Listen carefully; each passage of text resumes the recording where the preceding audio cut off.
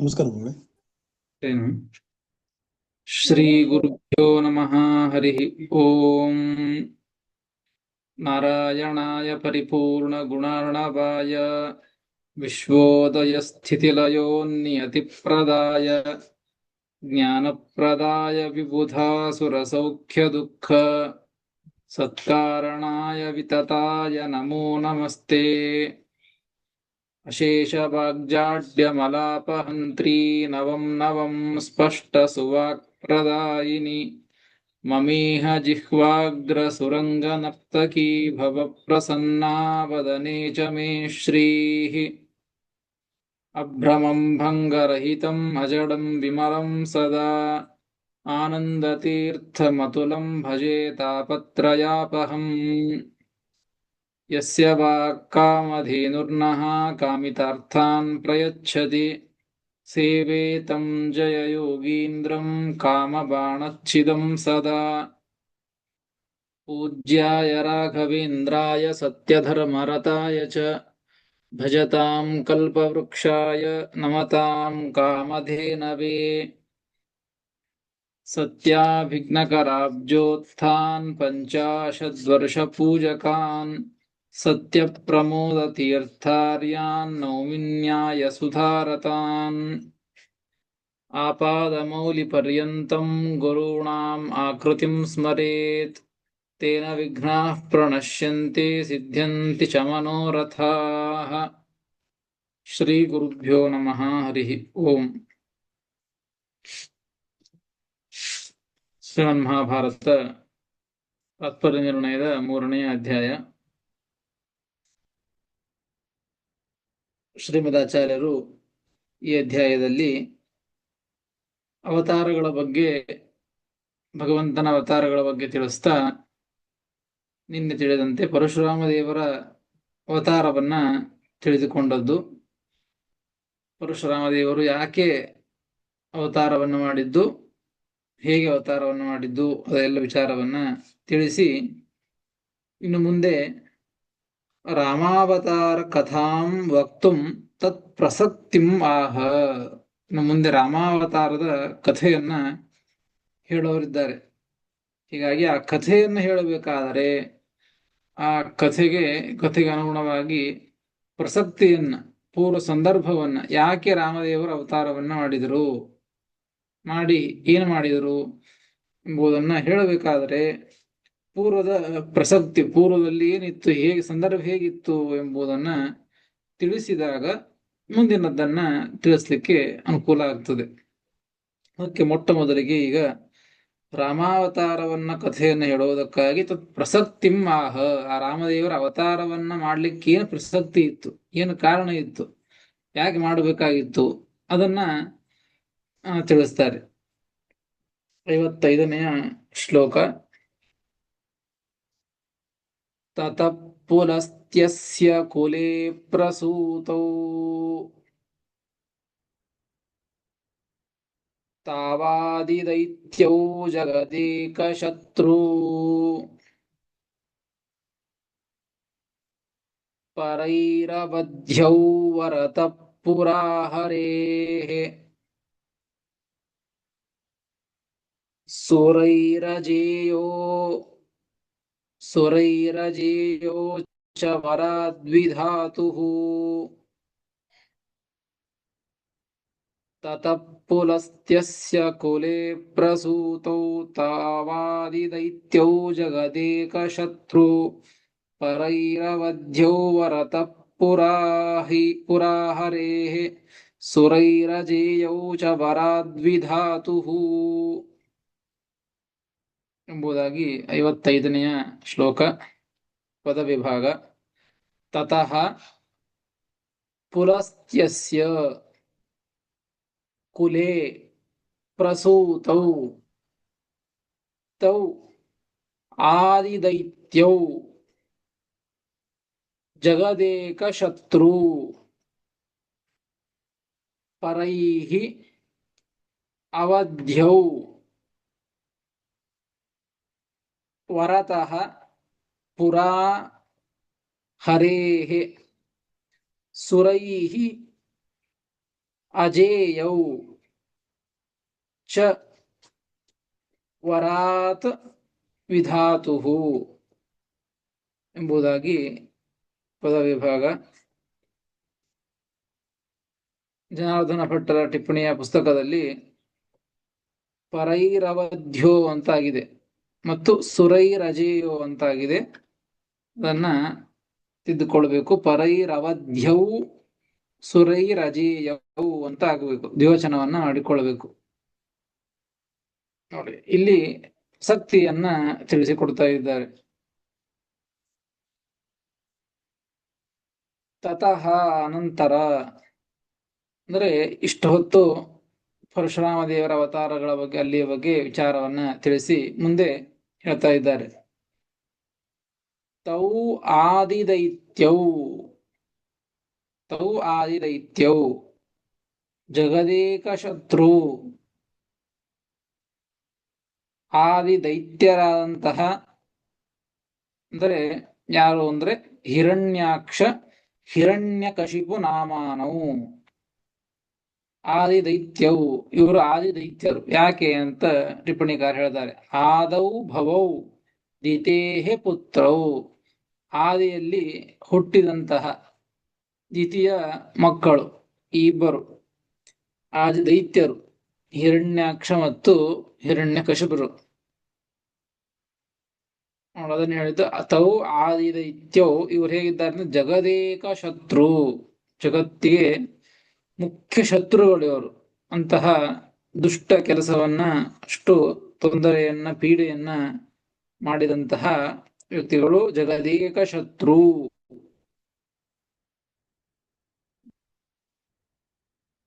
ಪುರ ಶಾಪಕಾಲೇ, ಈ ಇಬ್ಬರೂ ಕೂಡ ಹಿರಣ್ಯಾಕ್ಷ ಮತ್ತು ಹಿರಣ್ಯಕಶಿಪು ಇವರು ಶಾಪಕಾಲೆ, ಶಾಪವನ್ನ ಕೊಡುವಂತಹ ಪ್ರಸಂಗದಲ್ಲಿ, ಏನೋ ಸನಕಾದಿಗಳ ಒಂದು ಆಗಮನವಾದಾಗ ಅಲ್ಲಿ ಜಯ ವಿಜಯರು ಆ ಭಗವದ್ ದರ್ಶನಾರ್ಥವಾಗಿ ಬಿಡದೇ ಇದ್ದಂತಹ ಪ್ರಸಂಗದಲ್ಲಿ ಅಲ್ಲಿ ಶಾಪವನ್ನ ಕೊಟ್ಟಂತಹ ಪ್ರಸಂಗ, ಅಸುರರಾಗಿ ಹುಟ್ಟಿದೆ ಅಂತ ಹೇಳಿ ಆ ಪ್ರಸಂಗದಲ್ಲಿ ಪುರ ಅಂದ್ರೆ ಶಾಪಕಾಲೆ, ಶಾಪವನ್ನ ಏನು ಕೊಡ್ತಾ ಇದ್ರು ಆ ದ್ವಾರದಲ್ಲಿ, ಅಂತಹ ಪ್ರಸಂಗದಲ್ಲಿ ಹರೇಹೇ ವರತಃ, ದೇವರು ವರವನ್ನ ಕೊಟ್ಟಿದ್ದ ಆ ಇಬ್ಬರಿಗೂ ಕೂಡ, ತಮ್ಮ ಪಾರ್ಷದರಿಗೆ, ದ್ವಾರಪಾಲಕರಿಗೆ, ಜಯ ವಿಜಯರಿಗೆ, ನೀವು ಶಾಪದಿಂದ ಅಸುರರಾಗಿ ಹುಟ್ಟಬೇಕು ಅಂತ ಅದು ಹೇಳಿದ್ದು ನಿಶ್ಚಿತವಾಗಿ ಹುಡ್ತೀರಿ. ಆದ್ರೆ ನೀವು ಪ್ರಾರ್ಥನೆಯನ್ನು ಮಾಡಿಕೊಂಡಂತೆ, ನೀವು ಸೇವೆಯನ್ನು ಮಾಡಿದ್ದಕ್ಕೆ, ನಿಮ್ಮ ಮೇಲೆ ಅನುಗ್ರಹವನ್ನು ಮಾಡೋದಕ್ಕೆ ನಿಮ್ಮಿಬ್ಬರನ್ನ ನಾನೇ ಸಂಹಾರ ಮಾಡ್ತೇನೆ ಅಂತ ದೇವರು ವರವನ್ನ ಕೊಟ್ಟಿದ್ದ ಶಾಪಕಾಲದಲ್ಲಿ. ಶಾಪಕಾಲೇ ಹರೇಹೇ ವರತಃ, ಭಗವಂತನ ವರ ಏನು ಅಂದ್ರೆ ಮಯೈವ ವಧ್ಯೌ ಇತಿ ವರತಃ, ನನ್ನಿಂದಲೇನೆ ನೀವಿಬ್ಬರು ಸಾಯ್ತೀರಿ, ನಿಮ್ಮಿಬ್ಬರನ್ನ ನಾನೇ ಸಂಹಾರ ಮಾಡ್ತೇನೆ ಅಂತ ವರವನ್ನ ಕೊಟ್ಟಿದ್ದ. ಅಷ್ಟೇ ಅಲ್ಲ, ಪರೈಹಿ ಹರೇಹೇ ಅನ್ಯೈಹಿ ಅವಧ್ಯೌ, ಹರಿಯಿಂದ, ಭಗವಂತನಿಂದ ಅನ್ಯರಾದಂಥವರಿಂದ ಅವಧ್ಯರಾದವರು. ಭಗವಂತನಿಂದಲೇನೆ ವಧ್ಯರು, ಭಗವಂತನಿಂದ ಅನ್ಯರಾದವರಿಂದ ಅವಧ್ಯರು. ನೋಡ್ರಿ, ಪರೈಹಿ ಅವಧ್ಯೋ ಅಂತ ಇದೆ, ಅವಧ್ಯೌ, ಪರೈಹಿ ಅವಧ್ಯೌ. ಪರೈಹಿ ಅಂದ್ರೆ ಹರೇಹೇ ಅನ್ಯೈಹಿ ಅಂತ ಅರ್ಥ. ಭಗವಂತನಿಂದ ಅನ್ಯರಾದಂತಹ ಅವರಿಂದ ಅವಧ್ಯೌ, ಅವರಿಂದ ಹೊಡಿಸಿಕೊಳ್ಳುವಂಥವರಲ್ಲ, ಸಾಯುವಂಥವರಲ್ಲ ಅಂತ ಅರ್ಥ. ಭಗವಂತನಿಂದಲೇನೆ ವಧ್ಯರಾದವರು ಅಂತ ವರ ಭಗವಂತ ವರ ಕೊಟ್ಟಿದ್ದ. ಅಷ್ಟೇ ಅಲ್ಲ, ವಿಧಾತುಹು ವರಾತ್, ಬ್ರಹ್ಮದೇವರು ಇವರಿಗೆ ವರವನ್ನ ಕೊಟ್ಟಿದ್ರು. ಏನಂತ ಹೇಳಿ, ಸುರೈಹಿ ಅಜೇಯೌ, ನೀವಿಬ್ಬರು ಕೂಡ ದೇವತೆಗಳಿಂದಲೂ ಅಜೇಯರಾಗಿರಿ, ಅಂದ್ರೆ ದೇವತೆಗಳು ನಿಮ್ಮನ್ನ ಸೋಲಿಸ್ಲಿಕ್ಕೆ ಆಗೋದಿಲ್ಲ ಅಂತ. ದೇವತೆಗಳಿಗಿಂತಲೂ ಕೂಡ, ದೇವತೆಗಳಿಂದಲೂ ಅಜೇಯರಾದವರು ಅಂತ, ಅಜೇಯರಾಗ್ರಿ ಅಂತ ವರವನ್ನ ಕೊಟ್ಟಿದ್ದು. ವಿಧಾತು ವರಾತ್ ಸುರೈಹಿ ಅಜೇಯೌ, ಭಗವಂತನ ವರದಿಂದ ಭಗವಂತನಿಂದಲೇನೆ ವಧ್ಯರು, ಅನ್ಯರಿಂದ ಅವಧ್ಯರು. ಇದು ಒಂದು. ಇನ್ನು ಬ್ರಹ್ಮದೇವರ ವರದಿಂದ ದೇವತೆಗಳಿಗಿಂದ ಇವರಿಬ್ಬರು ಕೂಡ ಅಜೇಯರು ಅಂತ ವರವನ್ನ ಪಡೆದುಕೊಂಡವರು. ಈ ಇಬ್ಬರು ಕೂಡ ಯಾರು? ಹಿರಣ್ಯಾಕ್ಷ, ಆಲಿ ದೈತ್ಯರಾದಂತಹ ಹಿರಣ್ಯಾಕ್ಷ ಮತ್ತು ಹಿರಣ್ಯಕಶಿಪು ಈ ಇಬ್ಬರೇನೆ. ಮತ್ತೆ ಅವರು ಪುಲಸ್ತ್ಯಸ್ಯ ಕುಲೇ ಪ್ರಸೂತೌ ತತಃ. ಅನಂತರ ಹಿರಣ್ಯಾಕ್ಷ ಹಿರಣ್ಯಕಶಿಪು ಆ ರೂಪದ ಆ ಒಂದು ಜನ್ಮದ ನಂತರದಲ್ಲಿ, ಮುಂದಿನ ಜನ್ಮದಲ್ಲಿ, ಮುಂದಿನ ಯುಗದಲ್ಲಿ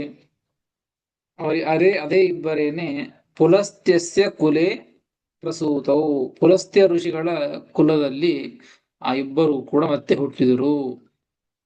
ಹಿರಣ್ಯಾಕ್ಷ ಹಿರಣ್ಯಕಶಿಪುರನೇ ಮತ್ತೆ ಮುಂದಿನ ಜನ್ಮದಲ್ಲಿ, ಮುಂದಿನ ಯುಗದಲ್ಲಿಯೂ ಕೂಡ ಪುಲಸ್ತ್ಯ ಋಷಿಗಳ ಕುಲದಲ್ಲಿ, ಪುಲಸ್ತ್ಯಸ್ಯ ಕುಲೆ ಪ್ರಸೂತವು, ಆ ಕುಲದಲ್ಲಿ ಹುಟ್ಟಿದರು ಎಂಬುದಾಗಿ ಪ್ರಸಕ್ತಿಯನ್ನ ತಿಳಿಸ್ತಾ ಇದ್ದಾರೆ.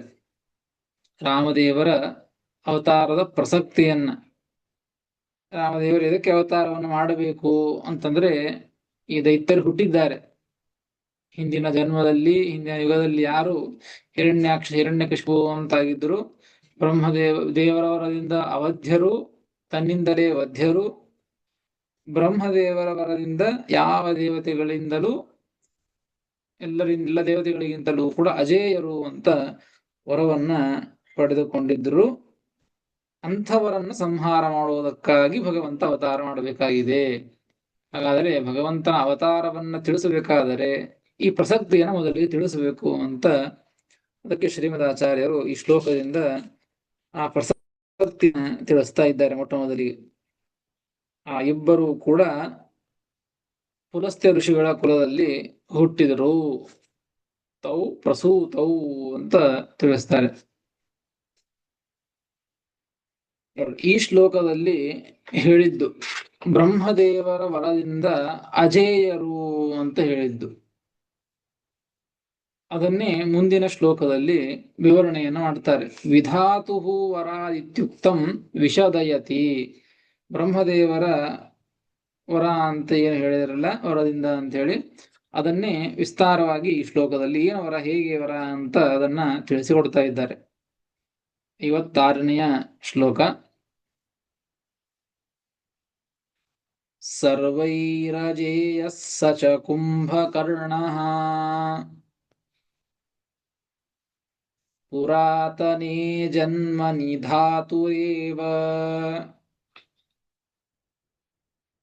ವರಾನ್ನರಾದೀನೃತ ಏವ ರಾವಣಃ ತದಾತನಾತ್ತೌ ತ್ರಿದಶಾನ ಬಾಧತಾಂ. ಸರ್ವೈರಜೇಯಃ ಸ ಚ ಕುಂಭಕರ್ಣಃ ಪುರಾತನೇ ಜನ್ಮನಿ ಧಾತುರೇವ ವರಾನ್ನರಾದೀನೃತ ಏವ ರಾವಣಸ್ತದಾತನಾತ್ತೌ ತ್ರಿದಶಾನ ಬಾಧತಾಂ ಎಂಬುದಾಗಿ 56ನೆಯ ಶ್ಲೋಕ ಪದವಿಭಾಗ. ಸರ್ವೈಃ ಅಜೇಯಃ ಸಹ ಚ ಕುಂಭಕರ್ಣಃ ಪುರಾತನೆ ಜನ್ಮನಿ ಧಾತುಃ ಏವ ವರಾತ್ ನರಾದೀನ್ ಋತೆ ಏವ ರಾವಣಃ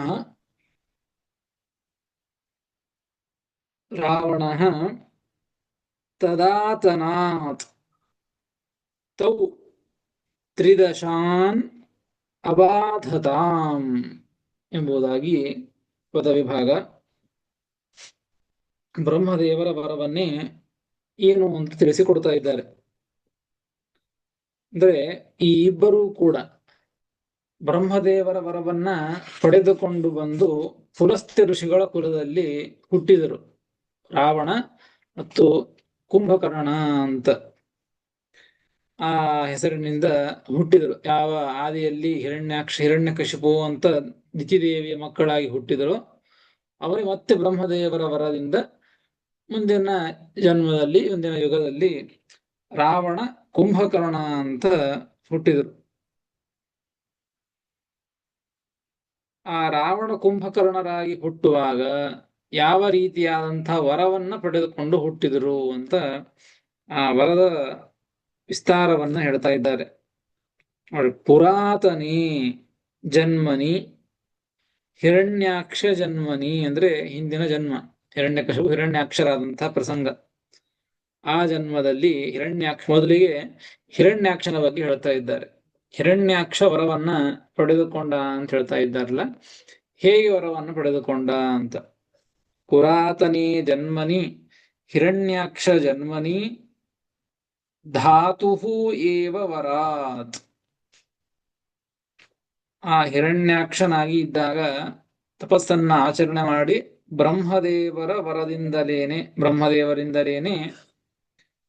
ವರದಿಂದಲೇನೆ ಕುಂಭಕರ್ಣ ಜನ್ಮನಿ ಅಜೇಯೋ ಭವ ಇತಿ ವರಾತ್. ಸರ್ವೈಃ ಅಜೇಯಃ ಸಹ ಕುಂಭಕರ್ಣಃ. ಆ ಬ್ರಹ್ಮದೇವರ ವರದಿಂದ ಸರ್ವೈಃ ಅಜೇಯ, ಎಲ್ಲರಿಂದಲೂ ಕೂಡ ಅಜೇಯನಾದವ ಅಂತ ವರವನ್ನ ಪಡೆದುಕೊಂಡವ ಬ್ರಹ್ಮದೇವರಿಂದ. ಪುರಾತನೇ ಜನ್ಮನಿ ಧಾತು ಏವ ವರಾತ್. ಕುಂಭಕರ್ಣ ಜನ್ಮನಿ ಅಂತ ಇಟ್ಕೊಳ್ಬೇಕು. ಕುಂಭಕರ್ಣನಾಗಿ ಹುಟ್ಟಿದಾಗ ಅಜೇಯ ಸರ್ವೈಃ ಅಜೇಯ ಭವ ಇತಿ ಸಹ ಕುಂಭಕರ್ಣ.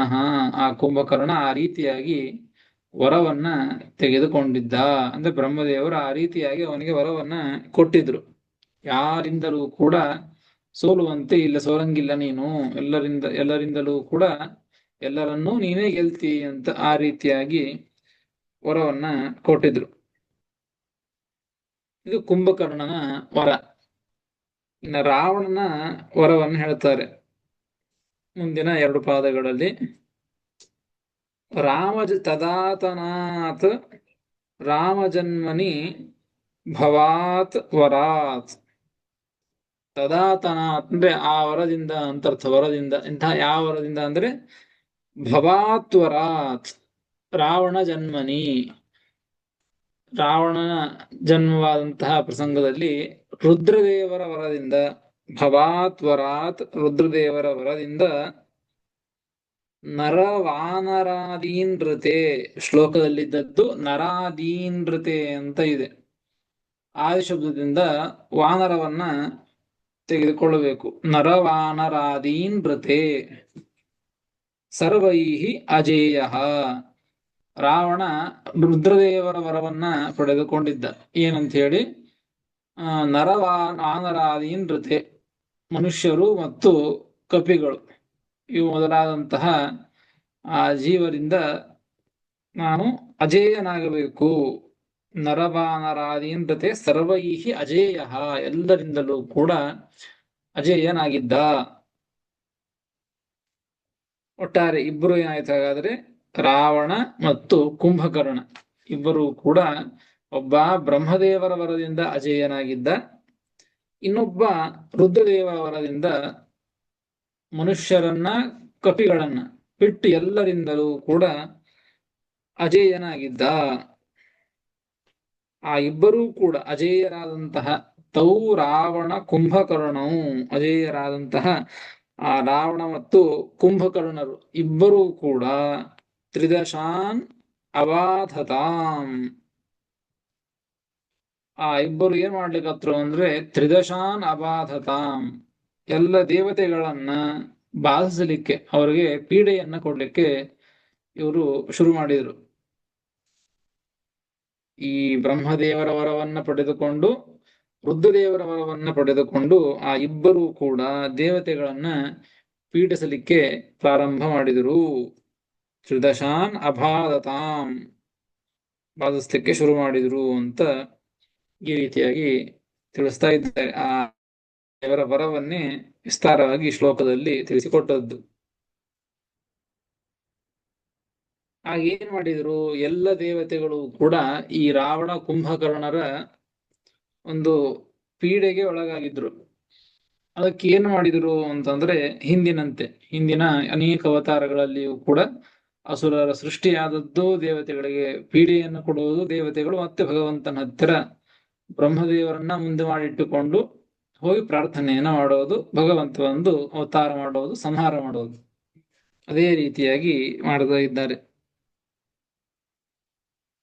ಏನ್ ಮಾಡಿದ್ರು, ತ್ರಿದಶಾ ಅಬಾಧತಾಂ ಅಂತ 56ನೇ ಶ್ಲೋಕದಲ್ಲಿ ಹೇಳಿದ್ದು. ಆ ಎಲ್ಲ ದೇವತೆಗಳನ್ನು ಕೂಡ ಬಾಧಿಸ್ಲಿಕ್ಕೆ ಶುರು ಮಾಡಿದ್ರು ಇಬ್ರು ಕೂಡ. ಮುಂದೆ ಏನಾಯ್ತು ಅಂತ ಮುಂದಿನ ಶ್ಲೋಕದಲ್ಲಿ ಹೇಳ್ತಾರೆ. 57ನೆಯ ಶ್ಲೋಕ. ತದಾಬ್ಜಜಂ ಶೂಲಿನಮೇವ ಚಾಗ್ರತೋ ನಿಧಾಯ ದೇವಾಃ ಪುರೋಹೂತ ಪೂರ್ವಕಾಃ ಪಯೋಂಬುಧೌ ಭೋಗಿ ಪಯೋಂಬುಧೌ ಭೋಗಿಪಭೋಗಶಾಯಿನಂ ಸಮೇತ್ಯ ಯೋಗ್ಯಾಂ ಸ್ತುತಿಮಭ್ಯಯೋಜಯನ್. ಆಚಾರ್ಯ, ಇಲ್ಲ ಸ್ವಲ್ಪ ಬೇರೆ ಇದೆ. ಎಲ್ಲಿ ಹೇಳಿ?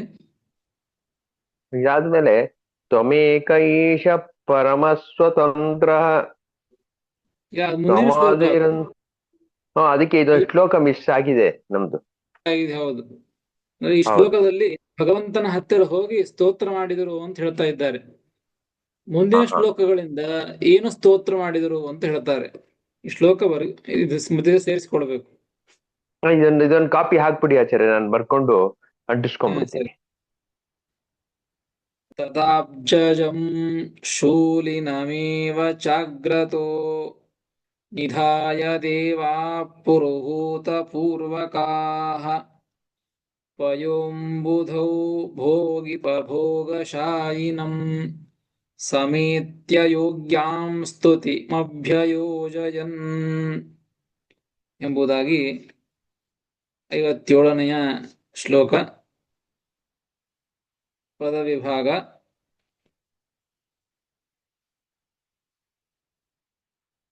ತದಾ ಅಬ್ಜಜಂ ಶೂಲಿನಂ ಏವ ಚ ಅಗ್ರತಃ ನಿಧಾಯ ದೇವಾಃ ಪುರುಹೂತ ಪೂರ್ವಕಾಃ ಪಯೋಂಬುಧೌ ಭೋಗಶಾಯಿನಂ. ಒಂದೇ ಶಬ್ದ ಅದು. ಭೋಗಶಾಯಿನಂ ಸಮೇತ್ಯ ಯೋಗ್ಯಾಂ ಸ್ತುತಿಂ ಅಭ್ಯಯೋಜಯತ್ ಎಂಬುದಾಗಿ ಪದಚ್ಛೇದ. ಹಿಂದಿನ ಶ್ಲೋಕದಲ್ಲಿ ಆ ರಾವಣ ಕುಂಭಕರ್ಣರಿಬ್ಬರು ಕೂಡ ದೇವತೆಗಳನ್ನ ಬಾಧಿಸ್ಲಿಕ್ಕೆ ಶುರು ಮಾಡಿದರು. ಮುಂದೆ ಏನ್ ಮಾಡಿದ್ರು ಅಂದ್ರೆ, ಮೊದಲೇ ಇದೆ ನೋಡಿ, ತದಾಬ್ಜಜಂ ಎಂಬಲ್ಲಿ ತದಾ ಅಂತ ಇದೆ. ತದಾ ಅಂದ್ರೆ ಆಗ ಅಂತ ಅರ್ಥ. ಅಂದ್ರೆ ಬಾಧನ ಕಾಲೇ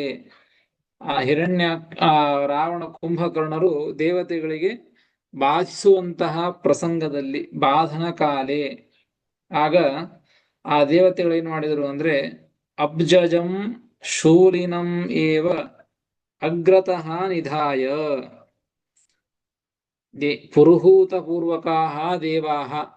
ಆ ತದಾ ಬಾಧನ ಕಾಲದಲ್ಲಿ ರಾವಣ ಕುಂಭಕರ್ಣರು ದೇವತೆಗಳಿಗೆ ಪೀಡೆ ಕೊಡುವಂತಹ ಸಂದರ್ಭದಲ್ಲಿ ಪುರುಹೂತ ಪೂರ್ವಕಾಃ ದೇವಾಃ, ಇಂದ್ರದೇವರೇ ಮೊದಲಾದಂತಹ ಎಲ್ಲ ದೇವತೆಗಳು ಕೂಡ ಅಬ್ಜಜಂ ಶೂಲಿನಂ ಏವ ಅಗ್ರತಃ ನಿಧಾಯ. ಅಬ್ಜಜ ಅಂದ್ರೆ ಬ್ರಹ್ಮದೇವರು, ಶೂಲಿನಂ ಅಂದ್ರೆ ಬ್ರಹ್ಮದೇವರನ್ನ ರುದ್ರದೇವರನ್ನೇ ಅಗ್ರತಃ ನಿಧಾಯ ಮುಂದೆ ಇಟ್ಟುಕೊಂಡು, ಅಂದ್ರೆ ಮುಂದೆ ಮಾಡಿಕೊಂಡು, ಪಯೋಂಬುಧೌ ಭೋಗಿಪ ಭೋಗಶಾಯಿನಂ. ಪಯೋಂಬುಧೌ ಕ್ಷೀರ ಸಮುದ್ರದಲ್ಲಿ ಭೋಗಿಪ ಅಂದ್ರೆ ಶೇಷದೇವರು, ಅವರ ಭೋಗ ಅಂದ್ರೆ ಶರೀರ, ಆ ಕ್ಷೀರ ಸಮುದ್ರದಲ್ಲಿ ಭೋಗಿಪ ಭೋಗಶಾಯಿನಂ, ಶೇಷನೇ ಶರೀರವಾಗಿ ಇರುವಂತಹ, ಶೇಷಃ ತಸ್ಯ ಭೋಗಃ ಶರೀರಂ ತತ್ರ ಶಾಯಿನಂ, ಶೇಷದೇವರ ಶರೀರ, ಆ ಶರೀರದಲ್ಲಿ ಶಾಯಿನಂ ಮಲಗಿದಂತಹ ಅಂತ ಅರ್ಥ. ಮಲಗಿದಂತಹ ಹರಿಂ ಸಮೇತ್ಯ, ದೇವರನ್ನ ಹೊಂದಿ, ಆ ಪ್ರಸಂಗದಲ್ಲಿ ಬ್ರಹ್ಮದೇವರನ್ನ ರುದ್ರದೇವರನ್ನ ಮುಂದೆ ಇಟ್ಟುಕೊಂಡು, ಮುಂದೆ ಮಾಡಿಕೊಂಡು ಕ್ಷೀರ ಸಮುದ್ರದಲ್ಲಿ ಶೇಷಶಾಹಿಯಾದಂತಹ, ಭೋಗಿಪ ಭೋಗಶಾಯಿನಂ ಅಂದ್ರೆ ಶೇಷಶಾಯಿನಂ ಅಂತ ಅರ್ಥ, ಶೇಷಶಾಹಿಯಾದಂತಹ ಆ ಭಗವಂತನನ್ನ ಸಮೇತ್ಯ ಹೊಂದಿ, ಭಗವಂತನನ್ನ ಹೋಗಿ ಸೇರಿ ಏನ್ ಮಾಡಿದ್ರು ಅಂದ್ರೆ ಯೋಗ್ಯಾಂ ಭಗವದ್ಯೋಗ್ಯಾಂ ಸ್ತುತಿಂ ಅಭ್ಯಯೋಜಯನ್. ಹಾಗೆ ಏನ್ ಮಾಡಿದರು ಅಂತಂದ್ರೆ ಎಲ್ಲ ದೇವತೆಗಳು ಕೂಡ ಆ ಪ್ರಸಂಗಕ್ಕೆ ಸಂಬಂಧಪಟ್ಟಂತೆ ನೋಡಿ ಯೋಗ್ಯಾಂ ಅಂತ ಶಬ್ದವನ್ನು ಬಳಸಿದ್ದು. ಭಗವದ್ಯೋಗ್ಯಾಂ, ಭಗವಂತನಿಗೆ ಯೋಗ್ಯವಾದಂತಹ, ಪ್ರಸಂಗಾನುಗುಣಂ ವಾ ಅಂತ ಅರ್ಥ ಬರೀತಾರೆ. ಆ ಪ್ರಸಂಗಕ್ಕೆ ಅನುಗುಣವಾಗಿ, ಕೆಳಗೆ ರಾವಣ ಕುಂಭಕರ್ಣರ ಪೀಡೆ ಬಹಳವಾಗಿದೆ, ಅದಕ್ಕೆ ತಕ್ಕಂತೆ ಏನು ಮಾಡಿದ್ರು ಅಂತಂದ್ರೆ ಸ್ತುತಿಂ ಅಭ್ಯಯೋಜಯನ್, ಆ ಭಗವಂತನ ಸ್ತೋತ್ರವನ್ನ ಮಾಡಿದರು. ಎಲ್ಲ ದೇವತೆಗಳು ಕೂಡ ಬ್ರಹ್ಮದೇವರನ್ನ ರುದ್ರದೇವರನ್ನ ಮುಂದೆ ಮಾಡಿಟ್ಟುಕೊಂಡು ಆ ಯೋಗ್ಯರಾದಂತಹ ಭಗವಂತನನ್ನ, ಶೇಷಾಯಿಯಾದಂತಹ ಭಗವಂತನನ್ನ ಸ್ತೋತ್ರ ಮಾಡಿದರು ಅಂತ ಈ ರೀತಿಯಾಗಿ ಆ ದೇವತೆಗಳ ಒಂದು ಕ್ರಿಯೆಯನ್ನ ತಿಳಿಸಿಕೊಡ್ತಾರೆ. ಹೀಗಾಗಿ ಇವೆಲ್ಲವೂ ಕೂಡ ಒಂದು ಪ್ರಸಕ್ತಿ. ಅದೇ ರೀತಿಯಾಗಿ ಇಷ್ಟು ವಿಚಾರವನ್ನ ತಿಳಿಸಿ ಮತ್ತೆ ಮುಂದಿನ ಶ್ಲೋಕಗಳಲ್ಲಿ, ಅನೇಕ ಶ್ಲೋಕಗಳಿಂದ ಆ ಭಗವಂತನ ಸ್ತೋತ್ರ ಮಾಡಿದರು, ಯೋಗ್ಯವಾದಂತಹ ಸ್ತೋತ್ರವನ್ನ ಮಾಡಿದರು ಅಂತ ಏನ್ ಹೇಳಿದರು ಈ ಶ್ಲೋಕದಲ್ಲಿ, ಆ ಯೋಗ್ಯವಾದಂತಹ ಸ್ತೋತ್ರ ಏನು, ಆ ಸ್ತುತಿ ಏನು ಎಂಬುದನ್ನ ಮುಂದಿನ ಶ್ಲೋಕದಲ್ಲಿ ತಿಳಿಸಿಕೊಡ್ತಾರೆ. ಯಾವ ರೀತಿಯಾಗಿ ಭಗವಂತನ ಸ್ತೋತ್ರವನ್ನ ಮಾಡಿದರು ಎಂಬುದನ್ನು ಮುಂದಿನ ಶ್ಲೋಕದಲ್ಲಿ ತಿಳಿಸ್ತಾರೆ. ಅದನ್ನು ಮತ್ತೆ ನಾಳೆ ತಿಳಿದುಕೊಳ್ಳೋಣ ಅಂತ ಹೇಳ್ತೇನೆ. ಶ್ರೀಕೃಷ್ಣ ಅರ್ಪಣಮಸ್ತು. ಹರಯೇ ನಮಃ. ಕೃಷ್ಣಾರ್ಪಣಮಸ್ತು. ಹರಿಯೇ ನಮಃ. ನಮಸ್ಕಾರ ಆಚಾರ್ಯ. ಹರೇ ನಮಃ. ನಮಸ್ಕಾರ. ಕೃಷ್ಣ ಹರೇ ನಮಸ್ಕಾರ ಆಚಾರ್ಯ. ಹರೇ ನಮಃ.